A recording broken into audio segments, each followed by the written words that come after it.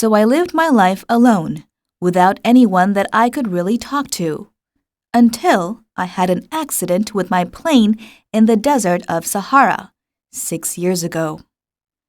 Something was broken in my engine, and as I had with me neither a mechanic nor any passengers, I set myself to attempt the difficult repairs all alone. It was a question of life or death for me. I had scarcely enough drinking water to last a week. The first night, then, I went to sleep on the sand, 1,000 miles from any human habitation. I was more isolated than a shipwrecked sailor on a raft in the middle of the ocean. Thus, you can imagine my amazement at sunrise when I was awakened by an odd little voice. It said, "If you please, draw me a sheep." What? Draw me a sheep. I jumped to my feet, completely thunderstruck. I blinked my eyes hard. I looked carefully all around me, and I saw a most extraordinary small person who stood there examining me with great seriousness. Here you may see the best portrait that later I was able to make of him. But my drawing is certainly very much less charming than its model. That, however, is not my fault. The grown-ups discouraged me in my painter's career when I was 6 years old, and I never learned to draw anything except boas from the outside and boas from the inside. Now I stared at this sudden apparition with my eyes fairly starting out of my head in astonishment. Remember, I had crashed in the desert 1,000 miles from any inhabited region. And yet, my little man seemed neither to be straying uncertainly among the sands, nor to be fainting from fatigue or hunger or thirst or fear.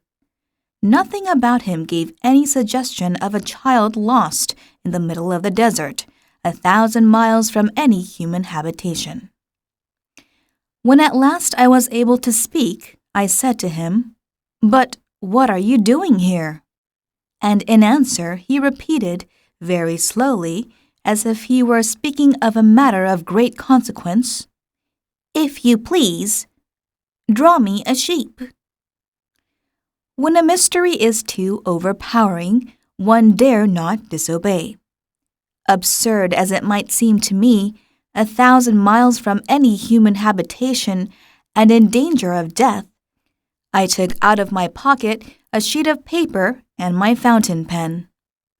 But then I remembered how my studies had been concentrated on geography, history, arithmetic, and grammar, and I told the little chap, a little crossly too, that I did not know how to draw. He answered me, "That doesn't matter. Draw me a sheep." But I had never drawn a sheep. So I drew for him one of the 2 pictures I had drawn so often.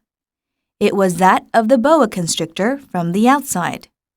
And I was astounded to hear the little fellow greet it with, "No, no, no. I do not want an elephant inside a boa constrictor. A boa constrictor is a very dangerous creature, and an elephant is very cumbersome. Where I live, everything is very small. What I need is a sheep. Draw me a sheep." So then I made a drawing. He looked at it carefully. Then he said, "No, this sheep is already very sickly. Make me another." So I made another drawing. My friend smiled gently and indulgently. "You see yourself," he said, "that this is not a sheep. This is a ram. It has horns." So then I did my drawing over once more. But it was rejected too, just like the others. "This one is too old. I want a sheep that will live a long time." But this time my patience was exhausted, because I was in a hurry to start taking my engine apart. So I tossed off this drawing, and I threw out an explanation with it. I was very surprised to see a light break over the face of my young judge. That is exactly the way I wanted it.